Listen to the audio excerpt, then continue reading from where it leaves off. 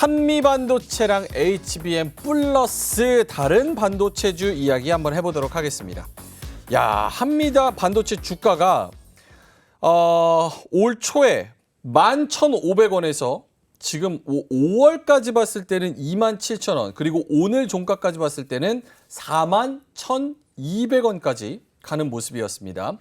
간밤에 미증시에서 필라델피아 반도체 지수 2% 넘게 올라갔고요. 그리고 AI 산업이, 인공지능 산업이 발전을 하면서 HBM, 여기에 수요 급증 기대감이 좀 커졌습니다. 한미반도체는 여기에 들어가는 기술을 또 장비로 공급할 수 있는 1위 기업이기 때문에 여기가 수혜를 받을 것이다. 이런 의미인데, 사실 지금 실적 대비 주가로 따지면 싸지는 않습니다. 확실히 지금까지. 요 한미반도체 관련해서 한번 이야기를 나눠보겠습니다. 많이 올랐음에도 더 먹을 수 있는 여력이 있다. O. 아니다. 오른 만큼 올랐고 좀 지켜봐야 된다. X 들어주시면 될 것 같습니다. 하나, 둘, 셋 들어주시죠. 두 분 다 O를 들어주셨습니다. 질문을 드리기 전에 한미반도체 작년에 영업이익이 1,100억이었고요. 올해 기대되는 영업이익이 700억입니다. 근데 지금 시가총액이 4조, PER이 40배가 넘어가는 그런 상황이에요. 괜찮은 건지. 황희연 팀장님부터 왜 O를 들어주셨는지요? 몇 번 말씀드렸던 것 같은데요. 주식시장에서 PER이 가장 저는 쓸모없는 것 같아요. 네. 의미 있을까요? 예. 네. 이거 어떻게 설명할 거예요? PER로. 네. 가져다 붙여야 되잖아요. 예. 그러면 어쩔 때는 이렇게 가져다 붙이고 저다 가져다 붙이고. 그것도 맞는 말씀입니다. 이거는 정말 지극히 개인적인 성향이지만 PER은 저는 사실 성장주 매매할 때는 큰 의미는 없다 생각합니다. 더군다나 이렇게 매출액이 외형 성장할 때 사실 가장 주가의 상승폭이 크게 나타나기 때문에 이런 종목들은 PER로보다는 매출액과 관련된 지표들을 보는 게 낫지 않을까 그 생각이 좀 일단은 제 생각 저는 그렇게 들고 있고요. 근데 사실 올해는 700억대 보지만 내년에는 1,300억 보고 있기 때문에 내년에 이제 2배 내년 실적 보고 가는 거잖아요.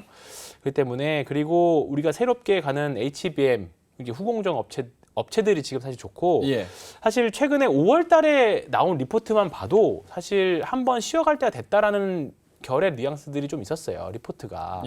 그런데도 불구하고 지금 사실 주가가 회사도 좋아지고 있지만 이게 이런 종목들은 상승 관성을 받아서 그냥 그 힘으로 밀어붙이는 경향들도 많이 있거든요.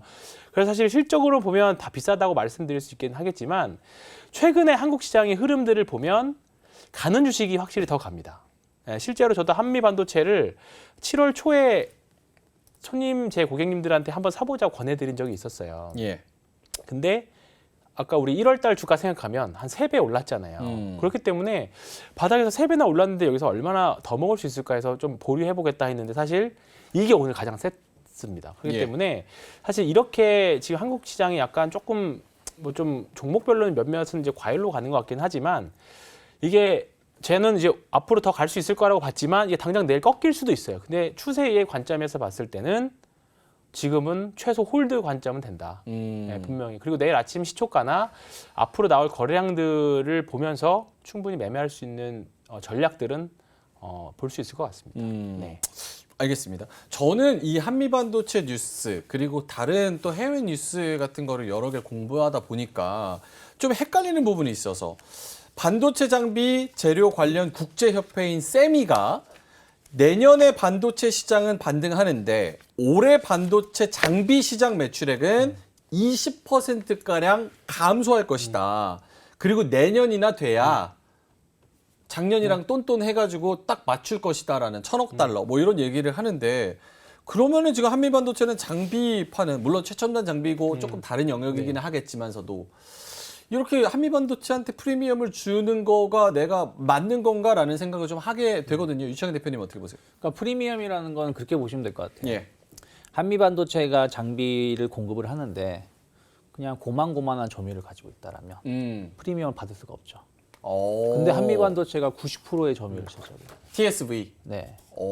그러면은 한미반도체 장비 아니면 살 수가 없는 예. 상황이니까 프리미엄을 받는 것이죠. 그러니까 그렇게 보시면 될 것 같아요. 그렇기 때문에 주가가 물론 연초 대비해서는 한 4배 정도 올라왔죠. 예. 10,000원 하던 것이 40,000원까지 올라왔고 여기서 뭐 제가 뭐 10만 원 간다, 20만 원 간다 말씀드리는 건 아니지만 당장 이게 갑자기 무너지면서 3만 원까지 빠질 가능성은 제한적이다. 오히려 조금 더 시장 자체가 좋은 흐름을 보여준다라면 아까도 말씀드렸던 것처럼 7월 말까지 뚜렷한 악재가 별로 없다라면 그럼 기존에 강했던 섹터가 조금 더 갈 것이고 그러면 한미 반도체도 역시 7월 말까지는 조금 더 우상향 기조를 갈 수 있다라고 보고 임해야 되는 것이지 이거 오늘 상한가 갔으니까 내일 빠지겠지? 물론 내일 하루 정도는 조정 나올 수 있겠죠. 예. 근데 내일 하루의 조정이 끝일 수도 있기 때문에 오히려 일단은 주요 지지선 놓고 조정 시 매수 관점에서 접근해 볼 수 있지 않을까 판단하고 있습니다. 알겠습니다. AI가 앞으로 많이 적용되는 것이 늘어나면서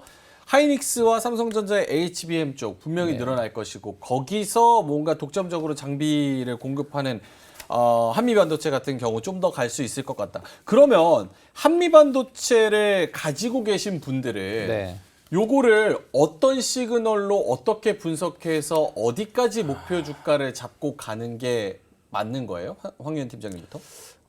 사실 이제는 뭐 실적이라던가 실적을 기반으로 해서 뭐 목표 시총 얼마다 이렇게 보기는 이제 조금 어려울 때가 된 것 같고 지금부터는 이제 기술적인 묘를 덧붙여야 될 것 같긴 합니다. 물론 오늘 거래량이 엄청 많이 나왔습니다. 예. 거래대금도 많이 나오긴 했는데 첫 번째 거래대금 이제 고가권에서 나온 거래대금이기 때문에 그리고 뭔가 최근에 급등하다가 추세적인 상승이 나오다가 뭔가 급등한 게 아니라 한 달 반 정도를 양호하게 기간 조정 이후에 또 급등이 나온 거기 때문에 새로운 시세라고 봐도 뭐 우리가 파동으로 해석을 해도 조금은 더 여지는 더 있다라고 생각합니다. 다만 뭔가 거래량이 이런 경우들은 아침부터 만약에 고점을 형성하는 경우에는 갭상승을 좀 세게 나온다던가 예를 들어서 한 9% 10% 정도 위에서 띄워놓고 네. 쭉 음봉 나오면서 이제 거래량이 터질 때가 있습니다. 그러면 우리 거래량 실린 장대 음봉이라는 표현을 쓰는데 거실장이라고 하죠. 거래량 실린 장대 음봉, 거실장. 네. 거래량 실린 장대 음봉. 네, 그래서 거실장 거실장 양 이렇게 표현을 하는데 네. 오늘은 딱 전형적인 거실장 양이죠. 근데 이런 거는 사실 바닥에서 나왔을 경우 여기 앞에 이 차트 잠깐 보여주시면. 네. 여기 3월 달에 나온 요런 시세들, 특히 이제 중소형주들 단에서는 이렇게 대량 거래들은 분명히 뭔가 누군가가 주식을 왕창 산 거에 대한 신호거든요. 네. 그래서 이게 비단 삼성전자도 다 나오고 다른 작은 종목들만 나오는 것들이 아니라 이런 것들은 분명히 거래량으로는 긍정적인 신호입니다. 다만 이제 이게 음봉으로 바뀔 때는 누군가가 반대로 많이 팔았다는 신호가 될 수 있습니다. 예. 그렇기 때문에 그런 게 조금 매도 시점으로 잡을 줄 것 같고 또는 이제 향후 뭐 2분기 실적까지는 반영이 된 것 같고 3분기 실적이 과연 앞으로 나올 추정치들이 우리가 예상하는 것만큼 나오느냐 앞으로 리포트들이라던가 여러 가지들을 좀 참고를 좀 해야 될 것 같습니다. 한미반도체는 그러면 이제는 수급도 좀 챙겨봐야 되는 그렇습니다. 그런 상황인 거고 약간 장대 음봉 특히나 거래량이 실린 그런 시그널이 나오면은 그거는 좀 더 보수적으로 생각해야 될 시그널이다.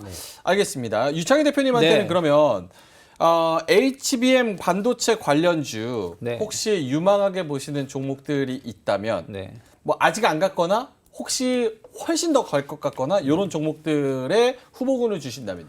뭐 저번에 한번 관련된 종목을 말씀드렸었는데 얘기했었죠. 이번 주에 정말 예상의 극적인 드라마를 쓴 기업에 ISC라는 회사가 있어요.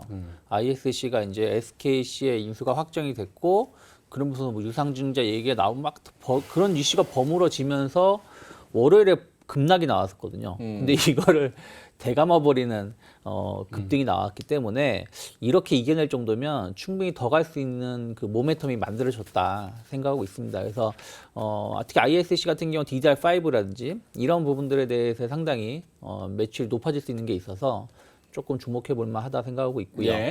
그리고 이제 최근에 상장된 회사 중에서 이제 기가비스라는 회사가 있어요. 기가비스. 네, 기가비스 같은 경우도 이게 상당히 기술력이 좋은 회사거든요. 근데 이제 한 3, 4일 정도 횡보하고 나서 오늘 의미 있는 양봉이 나온 거라서 어떻게 보면은 이제 아까 ISC라든지 그 한미 반도체라든지 뭐 이스페타시스라든지 이런 기업들이 좀 부담스러울 수 있잖아요. 그제도 뭐 TLB 같은 기업들도 많이 언급해 드렸었는데 예. 그래서 그런 게 부담된다라면 기가비스 같은 경우는 조금은 그런 부담감이 좀 덜하지 않을까 판단하고 있습니다. 알겠습니다. 기가비스, ISC, 뭐 가온 칩스 도약을 적어주셨는데. 예. 가온 칩스 같은 경우는 이제 삼성이 이번에 이제 파운드리 관련해서 좀 얘기를 했을 때 예. 디자인 하우스 기업이라든지 팹리스 쪽에 상당히 관심이 있다 말했고 그러면 이제 가온 칩스 같은 경우가 상당히 그 수혜를 받을 수 있습니다. 그래서 이 회사도 뭐 작년에 상장돼서 35,000원을 돌파시키는 모습이 나왔다 생각하고 있고 예. 이게 좀 부담된다라면 이 회사랑 거의 비슷한 사업을 하고 있는 AD 테크놀로지도 나쁘지 않을 수 있다라고 보고 있습니다. 알겠습니다. 새 종목 주셨고 황희연 팀장님은 HBM 관련주 아까 한미반도체가 이제 좀 올라온 감이 있으니까 네. 좀 다른 후보군 유력 종목 하나 주신다면요. 좀 종목들이 많이 있기는 한데요. 뭐 앞서서 말씀 많이도 해주셨고 우리가 예전에 많이 했던 것 중에 뭐 주성 엔지니어링도 주성. 있고 그다음에 요거는 이제 하이닉스 향입니다. 그다음에 뭐 HPSP나 그다음에 TEMC 같은 뭐 특수가스 하는 회사도 예. 있고 뭐 이제 소재하고 있는 BCNC 이쪽도 아직은 좀 덜 오른 것 같고요. 최근에 상장한 종목 중에 펨트론이라고 하는 종목이 있습니다. 이것도 펨트론. 네 기판에 실린 저항기라던가 여러 가지 것들을 검사하는 검사 장비를 납품하는 회사입니다. 신규 상장 주식인데요. 충분히 지금 추세적으로도 좋고 앞에 거래량 실린 장대 양봉도 있고 그래서 관심 갖고 보시면 좋을 것 같습니다. 알겠습니다. 네. 펨트론 말씀을 해주셨습니다. 기가비스, ISC, 가온칩스, 펨트론 이런 종목들 또 후발주자로 잘 살펴보시면 좋을 것 같고요. 한미반도체도 얼마나 더 갈 수 있을지 관심 갖고 지켜보도록 하겠습니다. 이로운 경제 채널 EBC